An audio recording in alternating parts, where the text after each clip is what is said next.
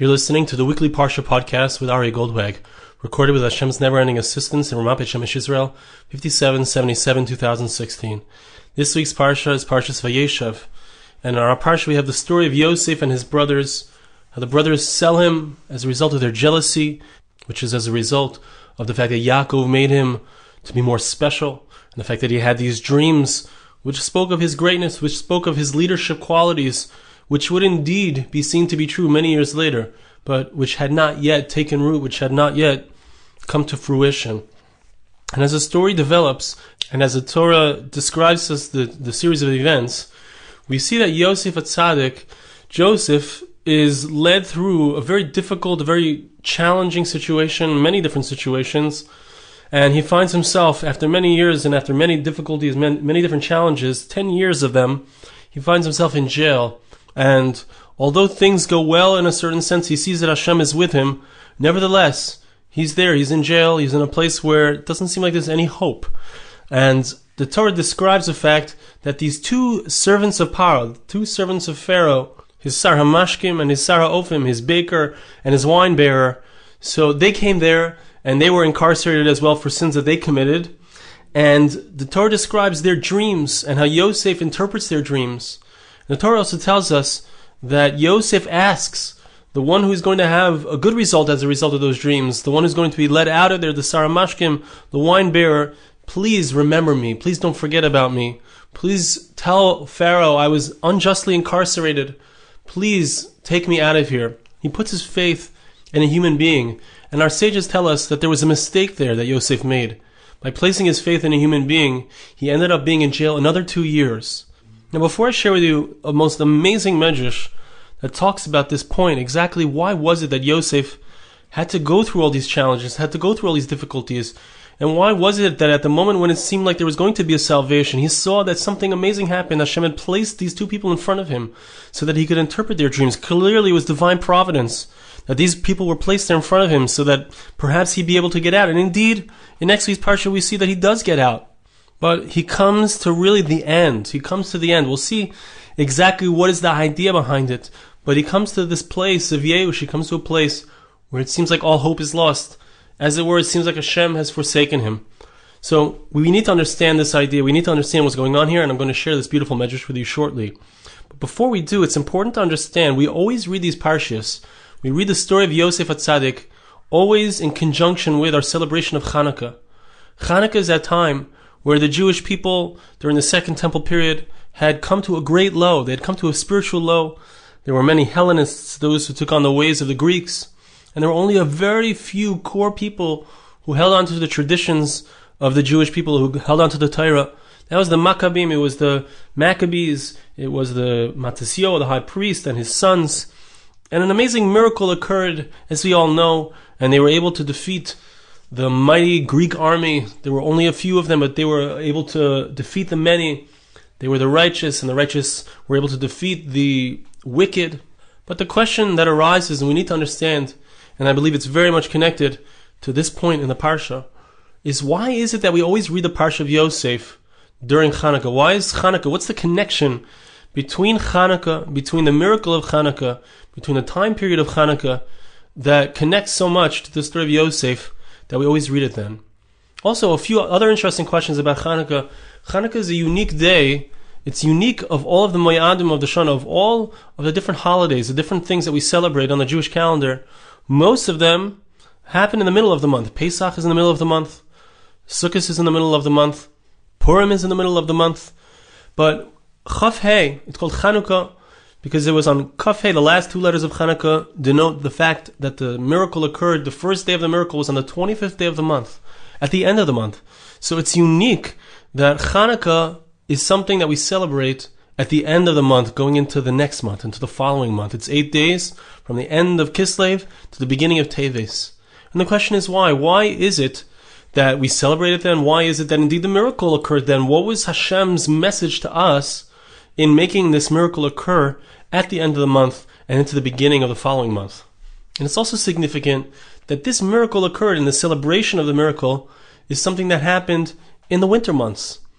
Pesach is a celebration of the spring. It's a celebration of renewal. It's a celebration of the Jewish people coming out of Egypt.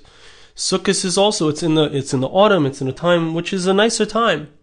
Why is it that this miracle, that this celebration is something that occurred and that we celebrate in the winter? Another interesting question, which I was discussing with my daughter, whose bat mitzvah is coming up this coming week. So we were talking about, she's born on Chanukah, we were talking about the Megillah of Antiochus, it's called. The description of the events of Chanukah are referred to as the Megillah Antiochus, which is the scroll of Antiochus. Antiochus was the king. He was the evil king of the Greeks, who fought against the Jewish people, who sent his generals to try to destroy the Jewish people. And the Maccabim were successful. They were able to succeed in their struggle against Antiochus. But why is it that the Megillah, the description of these events of Chanukah, why is it referred to as Megillah Antiochus? Why is its title is after the antagonist of the story? Why isn't it entitled after the protagonist? Why isn't it called Megillas Matisyahu? He was the high priest. He was the one who fought against the Greeks. His children fought against the Greeks. So why is it not named after him? Now, before we answer all these questions about Chanukah, I'd like to bring you back to our Parsha. I'd like to ask one more question before I read the Medrash, which is a beautiful Medrash, a very deep Medrash.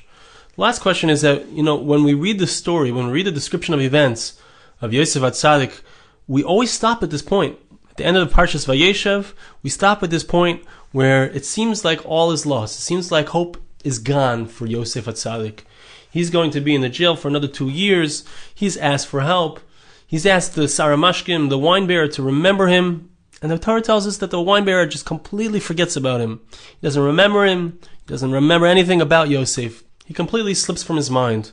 And it's interesting that we stop here in the story. It's interesting to note, why did Chazal, when they were setting up the Parshas, why did they place the stop right here? So I'd like to share with you the Medrash. And I think through this Medrash we understand the answer to this question, and we start to understand the answer to the other questions that we've asked as well. The Medrash tells us this is the very final piece of Medrash on our Parsha. The verse says that the wine bearer did not remember Yosef. He completely forgot about him. Very interesting. Every day, he would do things to try to remind himself. He would say, when I do this particular action, I want to remember Yosef. He tried to make like a subliminal connection for himself. And then I'm going to remember him, and I'm going to remind myself, and I'm going to mention him to Paro. An angel would come and cause him to forget. He would do something so that he would lose that connection. He would tie a little red ribbon for himself around his finger, a red string. Malach bo matiron. An angel would come and untie that little reminder for himself. Meaning he tried to remember. Malachim, the angels came and wouldn't let him. Amallah Kodesh Baruch Hu. God said to him, Ad sheichachai. You have forgotten him. Ani lo yashkacheyu. But I, God, will never forget Joseph. Hadod ichsiv v'lo zochar saramashkim. That's what it means when it says that the Saramashkim did not remember. Now listen to the second half of the Medrash. It's an amazing piece. Davar acher, another explanation. Saramashkim shchochacha v'ani lo yashkachecha. He forgot you. The wine bearer forgot you, Yosef, but I will never forget you. And you're not the only one that it seemed like would be forgotten. Who is waiting for Abraham and Sarah? They were old. Who is waiting for them to have a child? Who is waiting for Jacob, that he passed with only a stick, with only a staff over the Jordan River? And it was so long, it took so much time, but eventually he became rich, and he had many beautiful children, and he began the Jewish people. Who was the one who was waiting for that to happen? It wasn't something that happened right away. Who waited for Joseph? He had to go through all of these challenges, all of these difficulties before he would become the king. Who was waiting, Hashem says? I was waiting. But that's not it. Who waited for Moses? Moses was thrown as a baby into the Nile River. It seemed like he would die. Who waited and waited eventually for him to become what he became? Who waited for Ruth? Ruth was a process. She became a Jewish woman. She converted to Judaism, and she became the forebear of the Malchus, of the kingship of the Jewish people. Who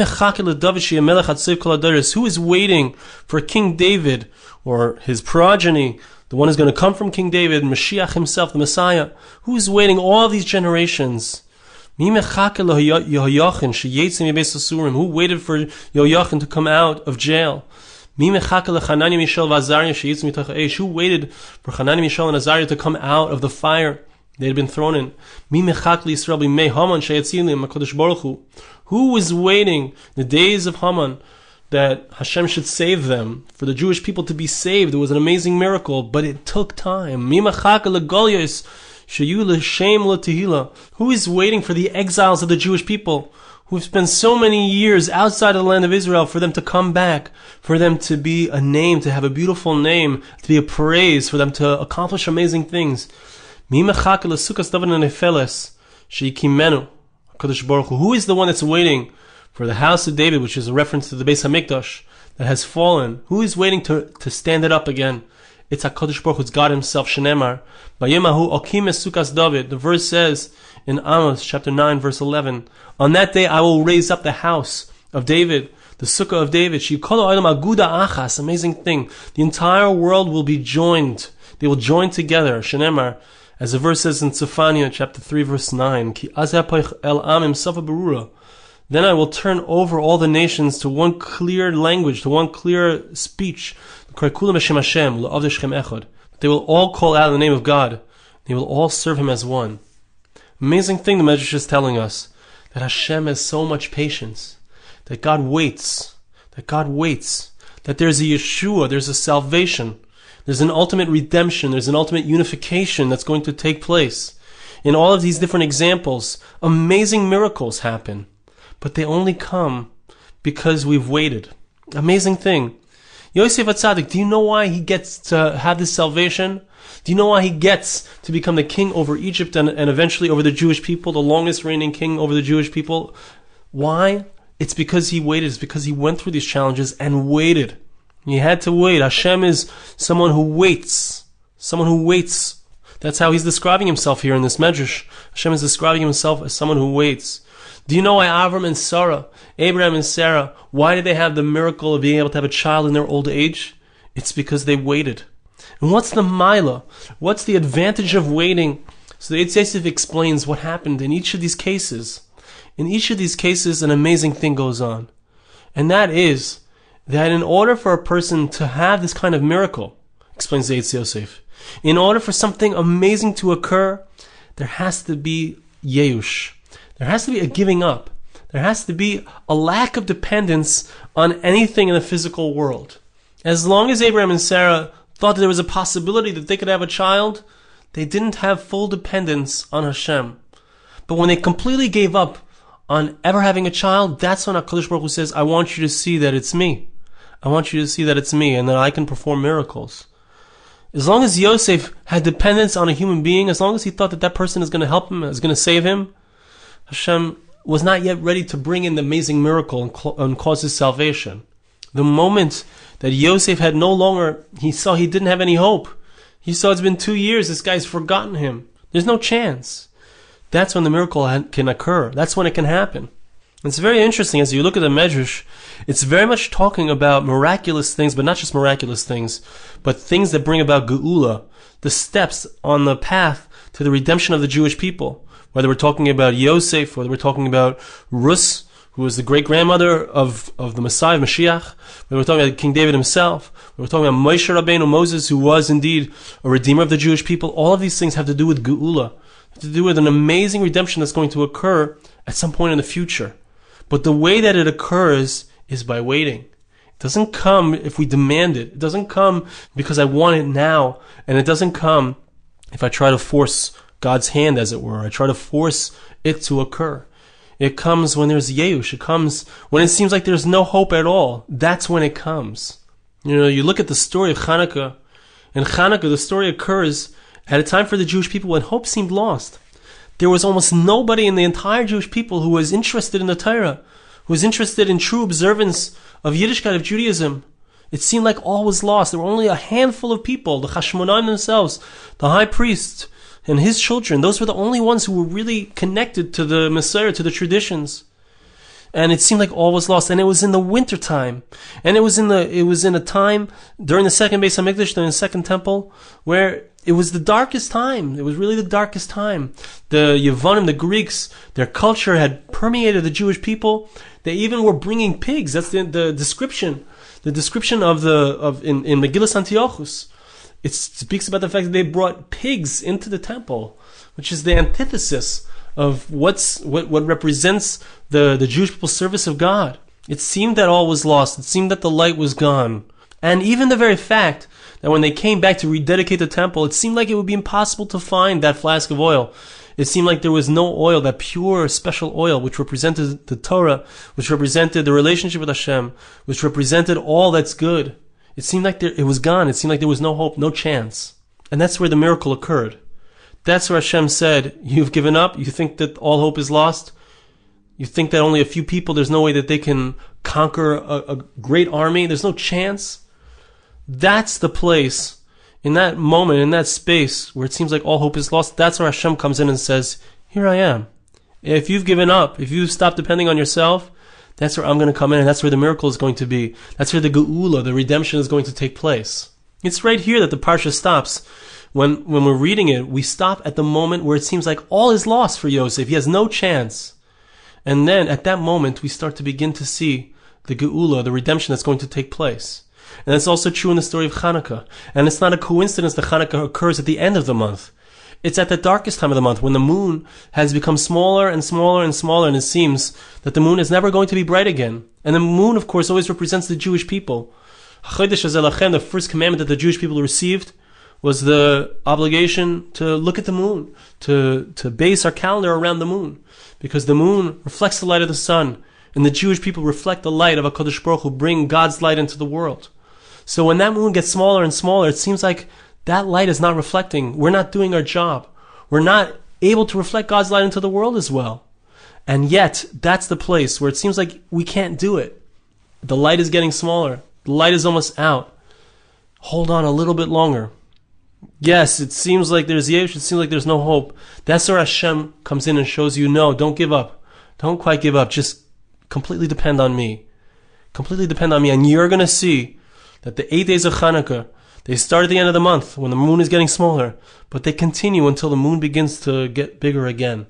There is always hope. Even in the darkness, even in the darkest time, there's always hope. And even more than that, because of the darkness, because of the yesh, because of the time where it seems like it's not going to happen, that's where Hashem says, don't quite give up yet.